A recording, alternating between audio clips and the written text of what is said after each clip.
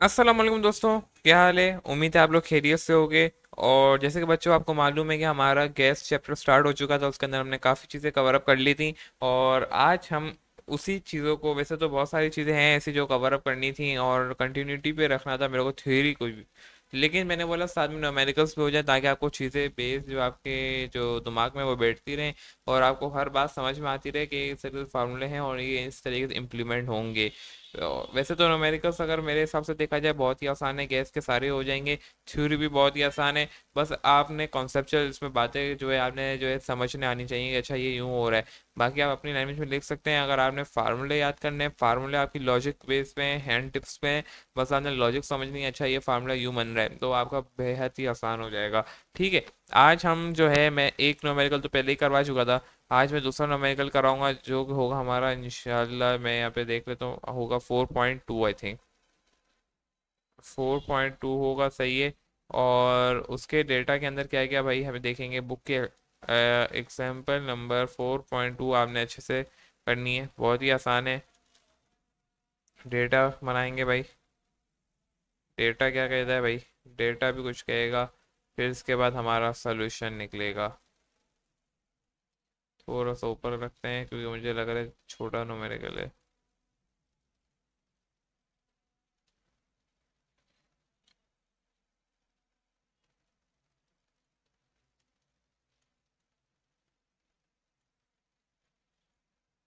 ठीक है, अब आ जाए। अब हम यहाँ से पहले कलर चेंज कर लेते हैं ताकि फिर डायरेक्ट हम लिखना शुरू कर देंगे। आपने बुक का, एक मिनट मुझे दे, मैं इसको सही कर लूँ भाई। आपको तो मालूम है हमने बॉयस लॉ पढ़ लिया, चार्ल्स लॉ पढ़ लिया, एवोगाड्रोस पढ़ लिया। अभी हम बेसिकली छोटे छोटे से स्टार्ट करेंगे और एंड में बड़े नंबर पे जाएंगे, असल जो हमने आइडियल गैस का फार्मूला किए थे। क्या कहता है? एक सिलेंडर है जो कि कंटेन करता है 2.2 moles of oxygen and gas S T P. यानी 2.2 मोल्स हैं ऑक्सीजन के। आपको मालूम है एन से शो करते हैं मोल्स को, यानी N1 जो है S T P standard temperature pressure पे।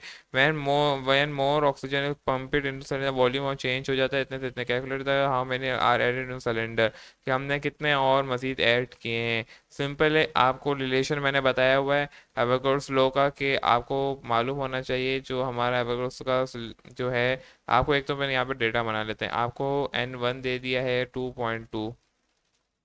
ठीक है। और आपको N2 जो है निकालना है। ठीक है। आपको V1 भी दे दिया है और V2 भी क्या है, दे दिया है। V1 कितना दिया है भाई, देख लेते हैं। V2 कितना दिया है देख लेते हैं। आपको दिया 2 और 3.4। 2 DM³ 3.4 DM³ ठीक हो गया। अब आपको कह रहा है कि इसका सोल्यूशन निकाल के दें हमें। क्या? डेटा भी हमने लिख लिया भाई। अब डेटा के बाद आती है कहानी सोल्यूशन की, सिंपली। अब आपको मालूम है वर्ड को उसका रिलेशन के V बराबर I के प्रोपोर्शनल होता है N के। यानी मैं यू भी लिख सकता हूँ V is equal to N। ठीक हो गया। अच्छा, अब आपको मान V1 is equal to V2। सही है। इसी तरीके से अपॉन आएगा आपके पास V2 अपॉन N2। ये N1 है बच्चों। ठीक हो गया। अब इसी की बुनियाद पे अगर ये हो सकता है रिलेशन बन रहा है, तो आपको मालूम है कि अब हमें क्या क्या है, V दे दिया है। V1 मल्टीप्लाई बाय, या आप यूँ भी कर सकते थे, एक तरीके का और भी है कि V मल्टीप्लाई बाय, एक मिनट। सही है।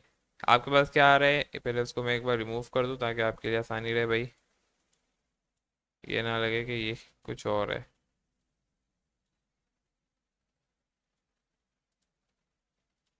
रो पे आया मैं, N1 अपॉन N2। अब हमें N2 चाहिए।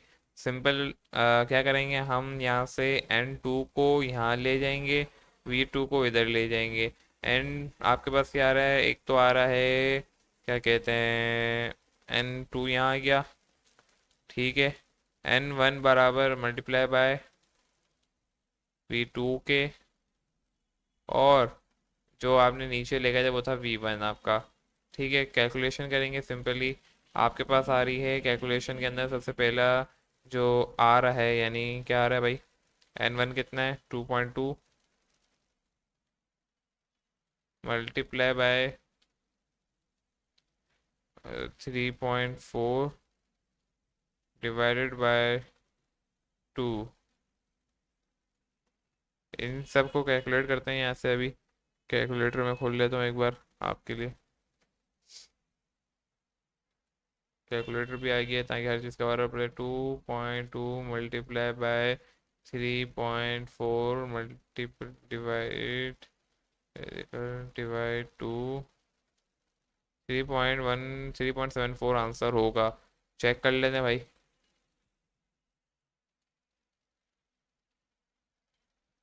नहीं,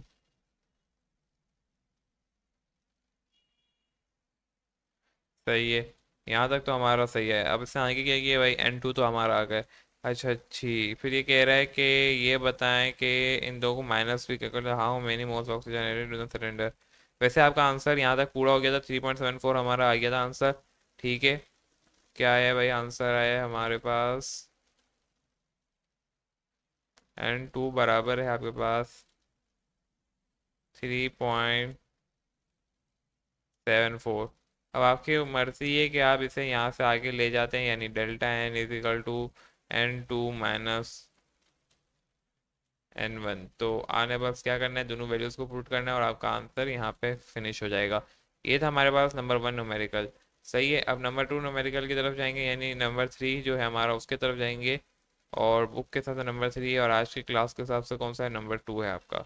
ठीक हो गया। अब ये क्या कहते हैं भाई, ये वाले न्यूमेरिकल कहाँ गया, पहले मार्कर खोलते हैं।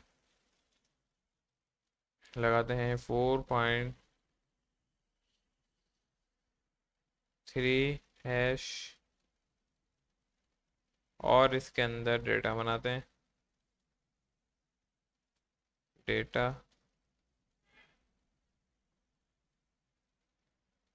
और साथ में सॉल्यूशन।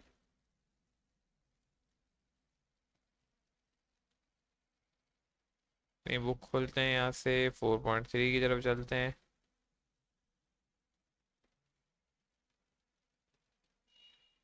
क्या कह रहा है 4.3, कि आपके पास एक लाफिंग गैस है जो कि आपके पास आ रही है 30 सेल्सियस पे। अच्छा, अब मेरा आपसे मशवरा है कि या तो आप जो है स्टैंडर्ड टेम्परेचर प्रेशर पे नहीं, अच्छा यहाँ से तो आपको कह भी रहा है कि आपने स्टैंडर्ड टेम्परेचर प्रेशर पे करना है।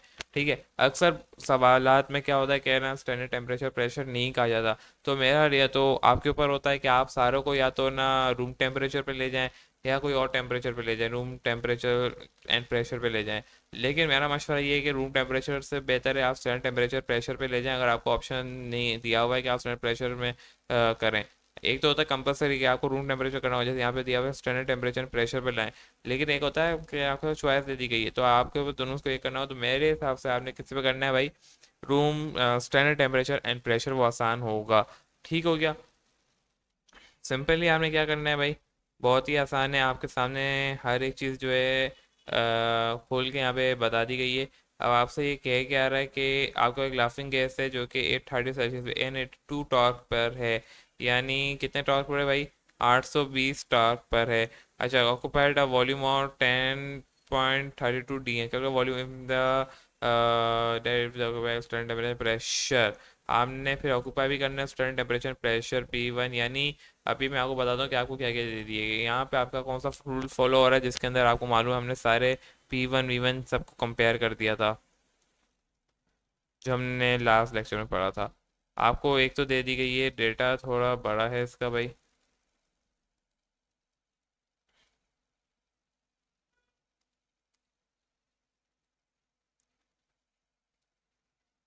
इसको पहले रिमूव करते हैं, फिर इसका डेटा बड़ा बनेगा। एक आपको दे दिया है, आपको कह रहा है कि वॉल्यूम दे दिया आपको V1, V2 आपने निकालना होगा। इसी तरीके से आपको P1 दे दिया है, सही है। आपने P2 क्या हो करना होगा, निकालना होगा। नहीं सॉरी, P2 भी आपको स्टैंडर्ड लेना होगा। तो बोला गया T1 आपको दे दिया है, T2 आपने क्या लेना है, स्टैंडर्ड लेना है। ठीक है, अब V1 कितना है भाई, देखते हैं, बुक खोलो जल्दी से। वो दे रहा है कि आपके पास जो वॉल्यूम है 10.32 है और टेम्परेचर 30 सेल्सियस है। यानी आपको दे रहा है 10.32, टेम्परेचर आपको दे रहा है 30 सेल्सियस। और मैंने बोला दूसरा आपने स्टैंडर्ड लेने बोला है 273। और इसमें जो फार्मूला लगेगा मैं यहाँ पे लिख देता हूँ पहले तो, हम पढ़ चुके हैं वैसे तो ये फार्मूला भी, मैंने इसमें लिखवाया तो है, ये रहा। ये देखें, P1 V1 जब हमने आर के साथ हमने कंपेयर कराया था, जब हमने बोला था ये आइडियल गैस इक्वेशन से रिलेटेड है, याद आया। इसके अंदर हमने सबको कंपेयर किया था, आर के कांस्टेंट ले लिया था, Rn 1 2 को उस तरीके से निकलाया था मैंने। ये वाला फार्मूला अभी हम यूज़ करेंगे। ठीक है, सही है। अब 30 सेल्सियस था, आपने कन्वर्ट कर दिया स्टैंडर्ड टेम्परेचर पे भाई, 273 प्लस ऐड कर देंगे तो आपका क्या हो जाएगा, स्टैंडर्ड में कन्वर्ट हो जाएगा। सही है। प्रेशर आपको दे दिया था, एक तो 70, आपने क्या लेना है यहाँ पे, टॉर्क में ही लेना है। ठीक हो गया, क्योंकि वो खुद ब खुद ऑटोमेटिकली क्या होगा, एटीएम में चला जाएगा, मसला नहीं है। दूसरा आपको दे रहा है 820 टॉर्क, एटीएम में 820 टॉर्क। अब अगर आपको सेम वैल्यू मौजूद है तो आपने क्या करना है, खुद ब खुद कन्वर्ट हो सकता है। 820 टॉर्क भी आ गया। V2 निकालना है, मैंने बोला अब यहाँ से आ जाओ, कलर चेंज कर पहले तो रेड, सोल्यूशन, सही है। ड्रॉ पे आते हैं फटाफट यहाँ से,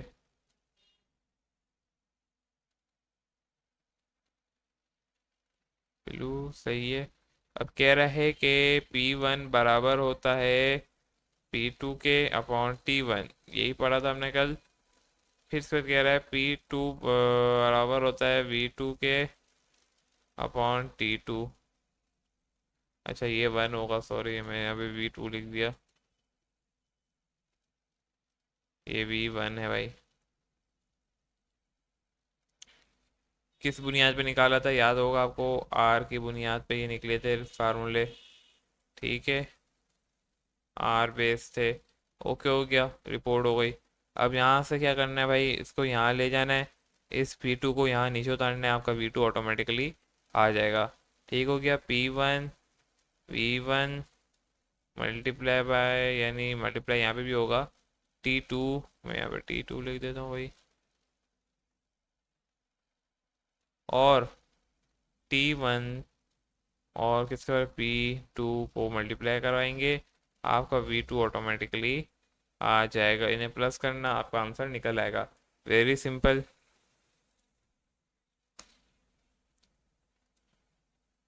ठीक हो गया। इस तरीके से आपने क्या करना है, सारी वैल्यूज़ को पुट करना है और आ जाएगा। ये होगा तकरीबन 200 या नहीं, हाँ 303 इसका बनेगा। सही है, मैं पुट वैल्यूज़ भी पुट कर देता हूँ, मुझे लग रहा है कि तुम लोग फिर कोई गड़बड़ कर दोगे, ऐसे नहीं होगा तुम लोग से। P1 आपको कितना दे दिया है भाई, 82 मल्टीप्लाई बाय V1 कितना है, 10.32। फिर कह रहे T2 बताओ, 273 है आपके पास। फिर कह रहा है आप जो T1 बताओ, मैंने बोला 303 होगा जब इनको ऐड करेंगे। फिर कह रहा है कि P2 बताओ, मैंने बोला 7 टॉर्क है। जब इन सब को सॉल्व करेंगे तो आपका क्या आ जाएगा, V2 का आंसर आ जाएगा। वेरी सिंपल है। यहाँ पे आपने क्या करना है, आंसर लिख देना है और इस तरीके से आपकी पूरी चीज़ें कवर अप हो जाएंगी। नेक्स्ट क्वेश्चन देखते हैं फटाफट से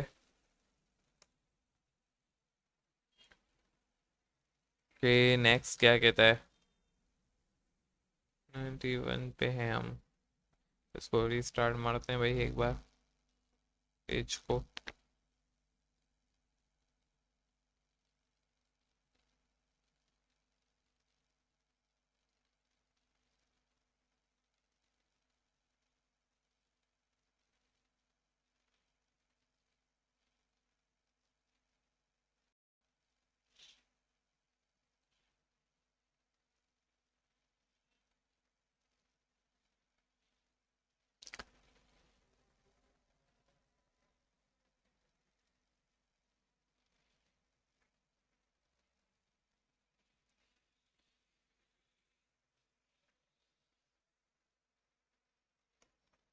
4.4 करना है अब हमें। वो भी करते हैं भाई फटाफट से, इजी है, कोई इतना मुश्किल नहीं है भाई। 4.4, उसका डेटा सबसे पहले, जो कि आपका बुनियादी असूल है। इसके बाद सॉल्यूशन।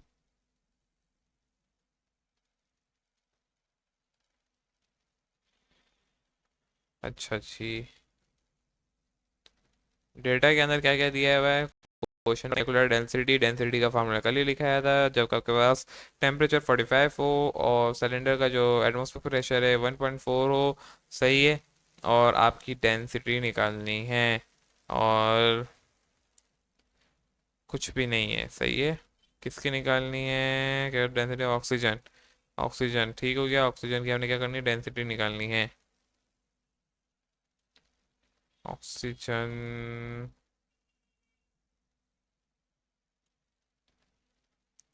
और यहाँ पे अब आ जाओ, आपको सबसे पहले टेम्परेचर दे दिया है जो कि 30 सेल्सियस है। कन्वर्ट करना होगा, यानी 273 पुट करेंगे तो आपका ये 303 कुछ बनता है।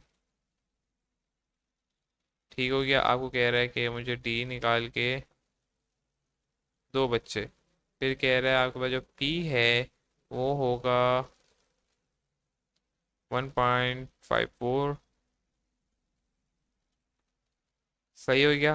फिर कह रहा है कि जो उसका, क्योंकि फार्मूला मैं आपको यहाँ लिख के पहले दिखा देता हूँ कि आपकी कन्फ्यूजन दूर होती जाए। फार्मूला क्या था भाई? कि मैं यहाँ से भी आपको दे के दिखाते हैं। ये देखें, यही था फार्मूला कि आपके पास जो डी है यानी डेंसिटी, वो बराबर होती है पी एम के अपॉन आर टी। अब इसका मॉलिक्यूलर मास क्या होगा, यानी एम जो हम कह रहे हैं, इसका मॉलिक्यूलर मास होता है ऑक्सीजन का 32। सही है, तो यहाँ पे अब आपने क्या करना है, साथ में ओ की मॉलिक्यूलर मास 32 होती है, पुट करेंगे वैल्यू जल्दी से और आंसर निकालेंगे। पी आपके पास है 1.54 मल्टीप्लाई बाय कितना मैंने बोला, 32। यहाँ पे आए, मैंने बोला था, आपने 0.0821 कुछ ऐसी वैल्यू हमने कल निकाली थी आर की। देखते हैं वापसी यहाँ पे आके, मैंने कल ही करवाया है। ठीक है, ये तो पास्कल वाली आ गई, एटीएम वाली 0.821 है, सही मैंने जो बोला वही हुआ। 0.0821 मल्टीप्लाई बाय कितने से भाई? टी था 303 से। आंसर निकाला, आपका आंसर आ जाएगा।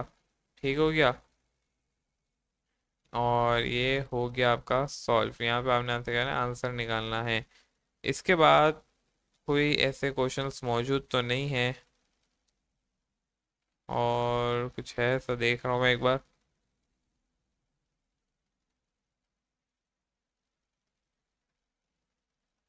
ठीक है, बस इतना ही था। ये कुछ क्वेश्चंस थे जो मैंने करवा दिए हैं आपको सारे, और ये इंपॉर्टेंट क्वेश्चंस थे। अगर आपने इसकी प्रैक्टिस अच्छी की तो आने वाले तमाम क्वेश्चंस आपके लिए आसान लगेंगे, और देख सकते हैं कि काफ़ी हद तक इसके अंदर हमने कवर अप करना शुरू कर दी इन चीज़ें। इंशाल्लाह एक नेक्स्ट वीडियो मिलते हैं, और टिल देन अल्लाह हाफिज़।